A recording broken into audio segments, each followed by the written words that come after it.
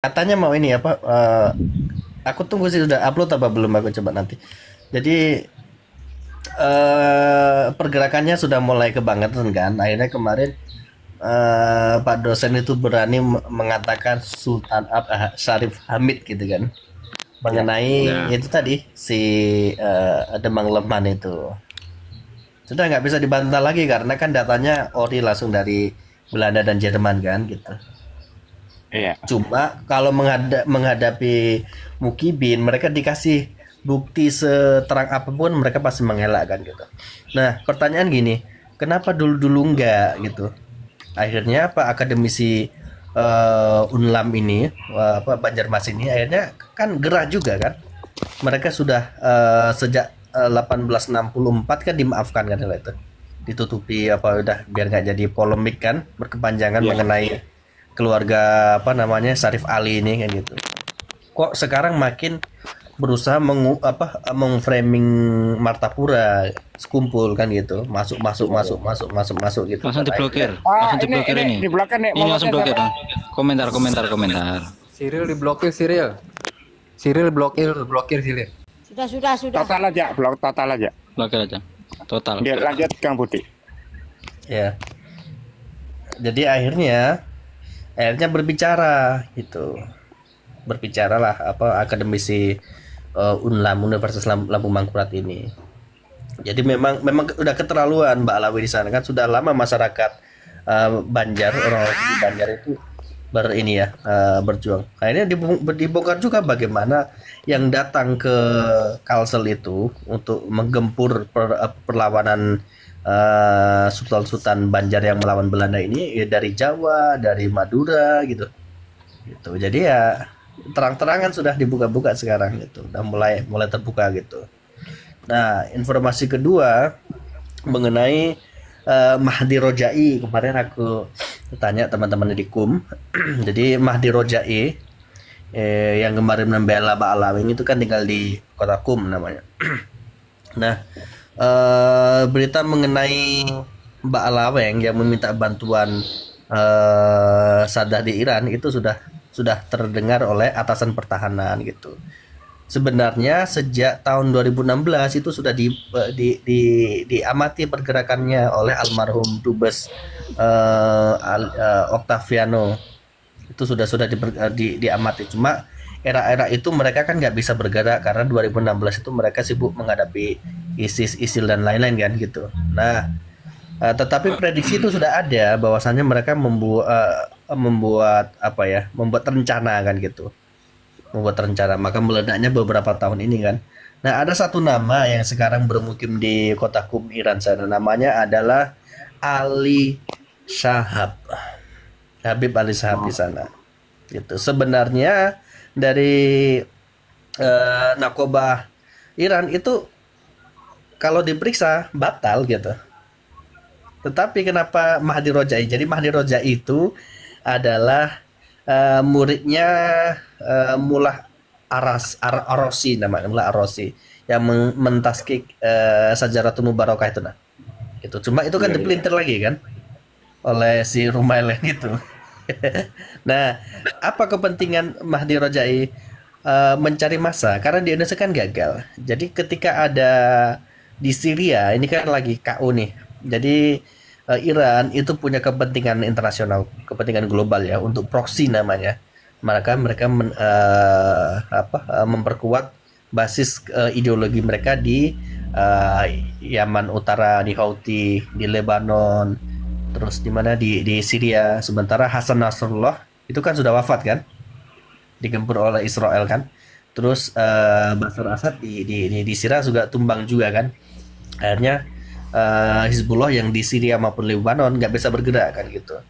Maka mereka akhirnya mau nggak mau ya udah, mau nggak si orang-orang Alawang ingin meminta tolongan itu dengan tumbal suatu hari mereka harus berbaiat ke Syiah itu. Tetapi si Ali Syahabnya ini sudah berbaiat Syiah. Jadi ada orang Syiah Iran yang sekarang bermukim di Qum sana gitu. Karena kemarin yang di ICC, jadi datanya, jadi kalau Iran kan harus imamah ya, harus diketahui Karena kenapa harus diketahui? Mereka harus ada bukti berbaiatnya kapan, di mana, sama siapa kan. Misal bersahadat gitu Nah, akhirnya apa? Akhirnya yang ada di Indonesia itu nggak ada yang berani bergerak kan. Karena datanya kalau di Indonesia itu ada di ICC, Islamic Cultural Center di Pejaten, Jakarta sana gitu. Akhirnya mereka langsung melompat ke kota Qum di Iran sana gitu. Akhirnya bertemulah dengan Mahdi Rojai gitu. Nah, satu bukti kayak gini, ini bisa memukul telak ini bagi Wafi dan si siapa? Rumail Abbas gitu. Terlebih ketika berbahasa kenapa Mahdi Rojai nggak pakai bahasa Arab gitu, ya kan? Oke. Nah, di situ kan Mbak Arsi, di situ kan ada sigot hasarnya kan? Ya kan? Di situ kalau misalnya Mahdi Rojai ini bisa kena itu. Oh, kalau mau pakai bahasa Arab itu ya? Iya, kan di situ kan anaknya Ahmad bin Isa kan 3 itu kan. Iya. Ya kan? Maka dia kalau bahasa Persia itu beda dengan bahasa Arab. Jadi jadi di sana itu nggak ada gender ya. Iya, ya. Nggak ada mudzakar, nggak ada muannas ya. Yang berarti ya. Jadi nggak ada gender di sana. Terus jumlah jamak juga nggak sedetail bahasa Arab kan gitu. Bahasa Persia itu beda kan gitu. Bahkan kata failnya kata kerja itu di belakang gitu. Misalnya aku lagi makan man khordam gitu. Jadi ada di belakang aku makan khordam hastam gitu. Jadi seperti itu salah satu strategi bagaimana Mahdi Rojai untuk berhati-hati. Ketika Mahdi Rojai berbahasa Arab dengan menukil beberapa silsilah 3 anak itu kan gitu. Di situ kan yang dipelintir, dan situ nggak berani Mahdi Rojai untuk melanjutkan lagi. Hanya bertendensi pada sughra wal istifadohnya gitu. Itu salah satu indikasi bahwasannya Mahdi Rojai sendiri tahu bahwasannya Mbak Alam ini terputus. Tetapi apa yang bisa nanti ditawar oleh Mahdi Rojai, apakah yang bisa dipersembahkan oleh Mbak Alam kepada Syiah ini gitu. Itu sudah dipelajari gitu. Tetapi itu gak bakalan lanjut lagi, gak bakalan lanjut. Karena resikonya bakal sangat besar. Sementara setelah dipelajari lagi dari sisi historisnya si Ba'lang ini, mereka punya jejak yang sangat kelam gitu. Sangat kelam gitu. Abad ke-11 misalnya, itu ketika di kota Hamedan ada syairnya namanya Baba Thohir di kota Hamedan, itu tidak ditemukan beberapa ketika diterjemahkan ke dalam bahasa Perancis, Inggris gitu. Mereka bertanya apa artinya ini kalimat lama gitu. Sementara kalimat itu mirip dengan bahasa orangnya si Plat G ini.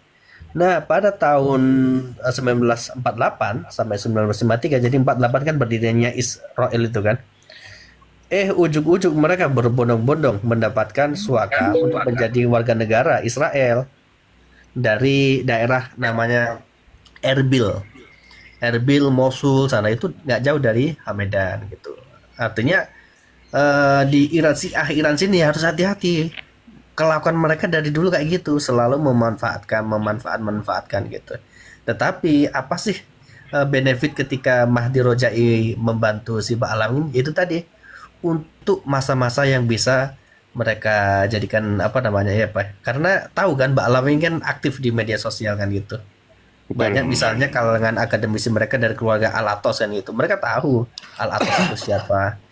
Keluarga Syihab itu suka nulis gitu. Ya gimana? Ujung-ujungnya itu kan juga pribumi juga yang disuruh maju gitu loh. Nah ya, itu yang paling nggak kami suka itu gitu loh. Kelompok mereka sendiri gitu loh, itu enggak apa-apa. Silakan mau ikut Mahdi Rojai silakan, tapi pribumi jangan dibawa gitu. Maksud saya seperti itu. Nah, berarti kan intinya gini, berarti kalau ada ada dari Profesor Airlangga sudah ikut menyuarakan tentang Ba'alawi. Itu yang pertama kan itu kan. Mohon maaf, itu Universitas Lambung Mangkurat Banjarmasin, bukan Airlangga. Oh iya. Kalimantan. lambung mangkurat itu kan berarti sudah ada yang menyuarakan alhamdulillah, berarti kan memang semua itu sudah dibukakan oleh Allah sehingga banyak yang ikut serta kan gitu Kang Budi. Kita wajib bersyukur itu gitu loh. Moga cepat terselesaikan masalah ini gitu loh.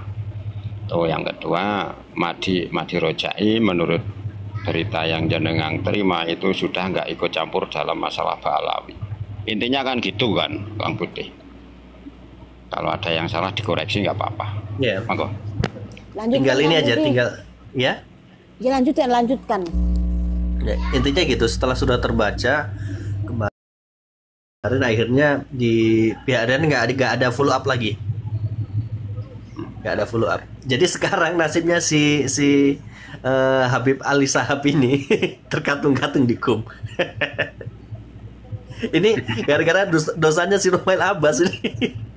Astaga. Iya betul. Jadi kasihan Al-Shahab karena dia mau cari green card kan, mencari keluarga. Berarti ini ya Kang Budi, mereka itu gali lubangnya sendiri. Iya, benar gitu. Maksudnya kan gitu kan. Artinya jadi bunuh diri sebenarnya. Bunuh diri si Rumail Abbas ini gitu. Karena apa? Di Syiah itu satu ya. Mereka kan mengenal 12 imam ya. Imam terakhir adalah Imam Qasim Ali Qasim dari Basrah kan. Itu tahun 899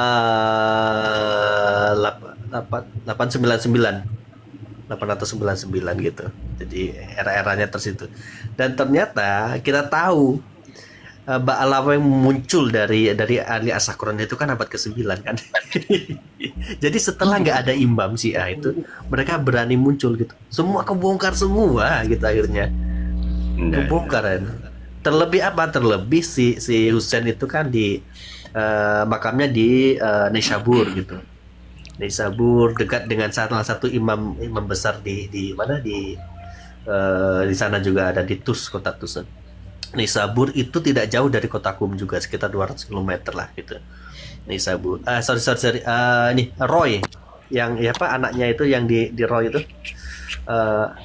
Ahmad bin Isa. Siapa tuh? Muhammad sama satunya. Ali di Roy kan gitu. Jadi terkuak semuanya gitu. Karena kemarin itu kan tahun 95 itu kan ditemukan beberapa kitab-kitab tulisannya dari Imam Ghazali di kota Tus ya, di Khorasan sana. Akhirnya kan dibangun nih makamnya Imam Ghazali kan gitu. Nah, tidak jauh dari itu kan wafatnya 1111 kah gitu atau berapa itu. Pokoknya abad ke-12 kan gitu. Imam Ghazali. Jadi kemunculan Ba'alawi ini ya setelah banyaknya ulama selesai. Terlebih waktu itu kan ada kesempatan ini orang-orang Seljuk kan, orang dibawa oleh Mongol kan untuk menghancurkan Baghdad kan gitu. Itu kesempatan karena nggak ada bukti-bukti tertulis di situ kan. Sungai Efrat atau di Baghdad itu kan sampai hitam karena dibakar itu, dihancurkan oleh Mongolia kan gitu. Disitulah celah-celah Ba'alawi untuk menulis sejarah baru, untuk membuat ini membuat itu gitu. Jadi yang hancur dinasti Abbasiyah itu nggak cuma Sunisia, semuanya hancur babak belur.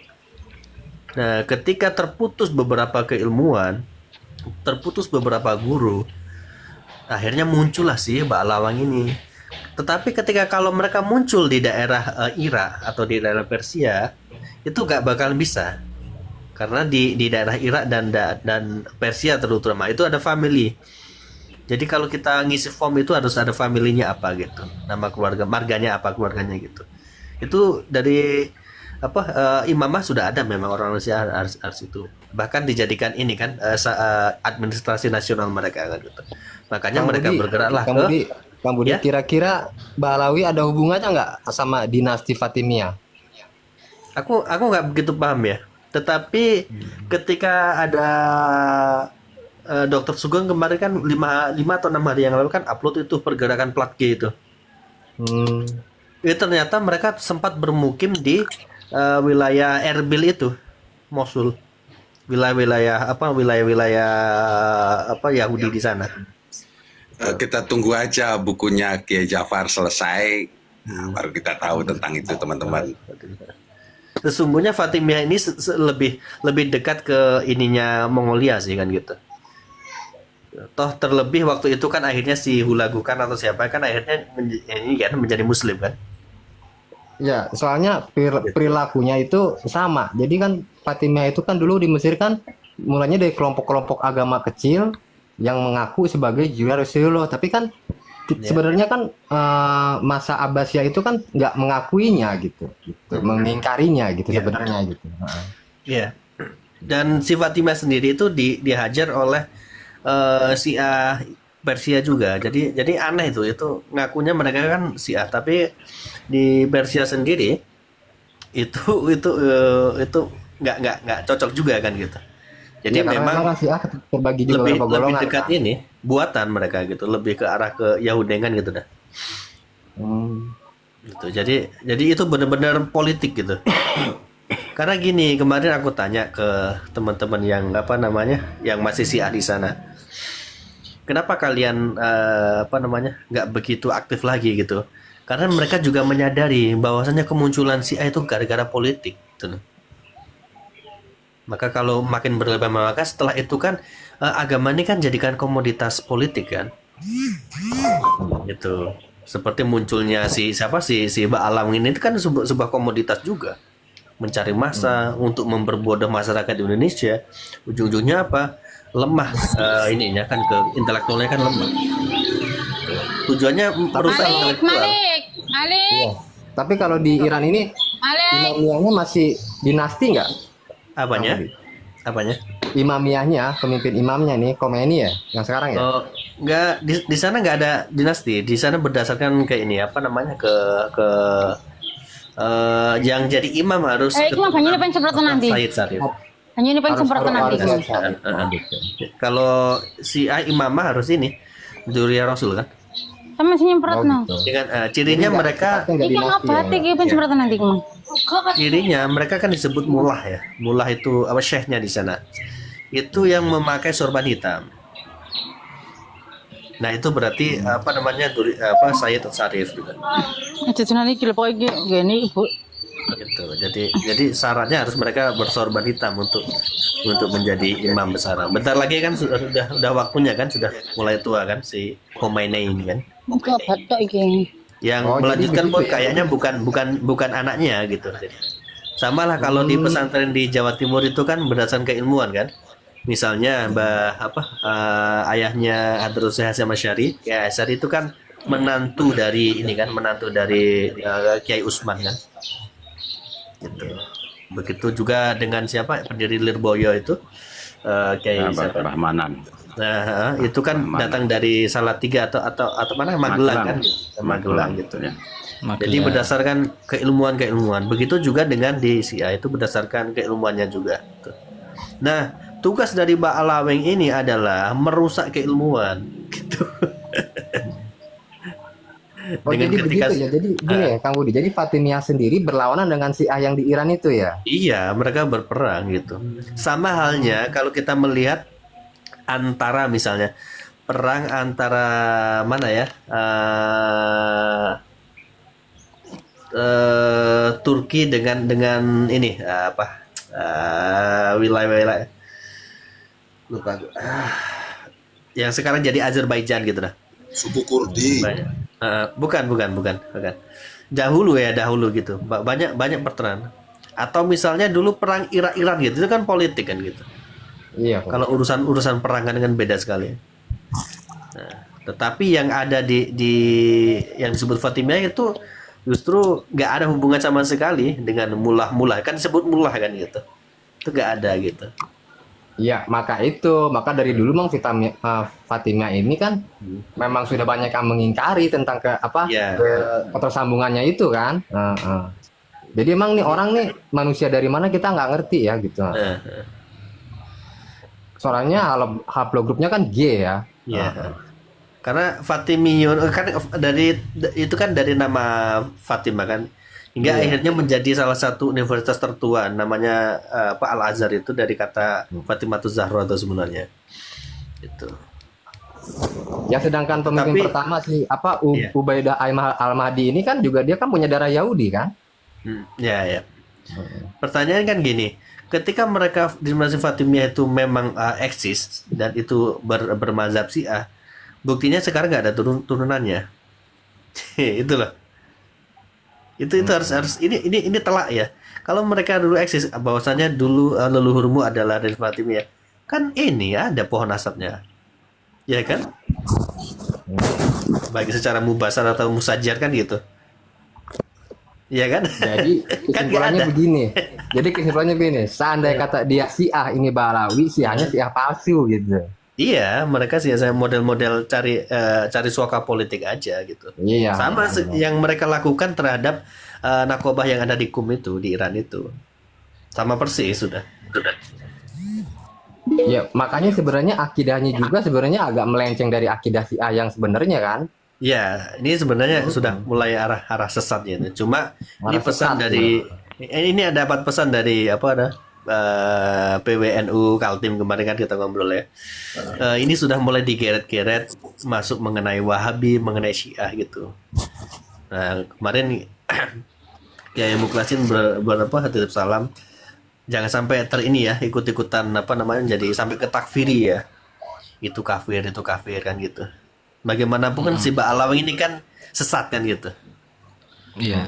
Ya, makanya kemarin salah satu yang tanggal 8 Desember 2000 tahun lalu itu 8 Desember itu kan PWNU Kaltim meluncurkan edaran kan. Toh ujung-ujungnya sekarang kan kalah kan. Sudah KO dari Kaltim sudah KO kan. Jadi salah satu poinnya adalah untuk mengawasi di musala-musala atau masjid rintisan NU dari ajaran khurafat itu kan. Sudah dipahami, disadari. Tetapi kejadian sekarang mereka setelah di apa ya, bahasa Jawanya diingoni oleh politikus di Kaltim, akhirnya mereka merajalela. Tanggal 19 kemarin ada di